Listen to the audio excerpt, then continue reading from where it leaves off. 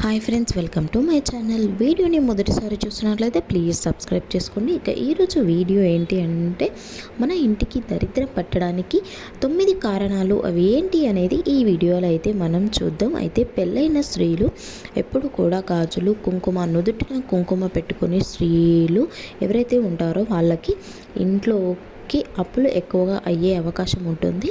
అలాగే పర్వదినముల రోజున అంటే శుక్రవారం కానీ మంగళవారం కానీ మన ఇంటికి ఉన్న గడపలకి మనం పసుపు రాసి కుంకుమతో బొట్లు పెట్టకుండా ఉంటే మన ఇంట్లో నుండి లక్ష్మీదేవి వెళ్ళిపోయే అవకాశం ఉంటుంది.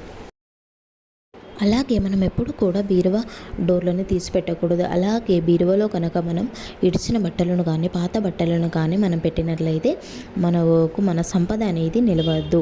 అలాగే మన ఇంటి గుమ్మం ముందు అంటే ప్రధాన ద్వారం ముందు మనం చెప్పులు విప్పకూడదు. అలాగే చెప్పులను కూడా మనం ఇంట్లో పెట్టుకోకూడదు. పాత చెప్పులను తెగిపోయిన వెంటనే మనం పడేయాలి. అలాగే ఇంట్లో పెట్టుకోవడం వల్ల మనకు అప్పులు అయ్యే అవకాశం ఎక్కువగా ఉంటుంది.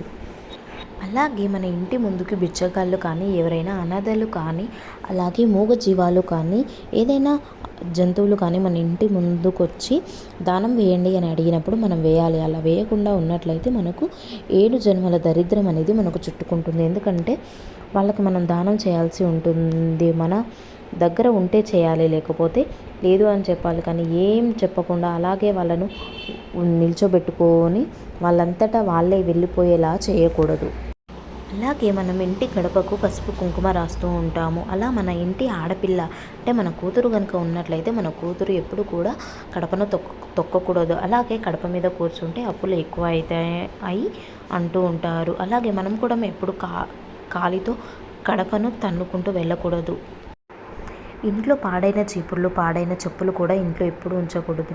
వాటిని వెంటనే తీసేస్తూ ఉండాలి. ఇలా చేసినట్లయితే మీకు మంచి జరుగుతుంది. వీడియో మీకు నచ్చినట్లయితే ప్లీజ్ సబ్స్క్రైబ్ చేసుకోండి. Thank you for watching.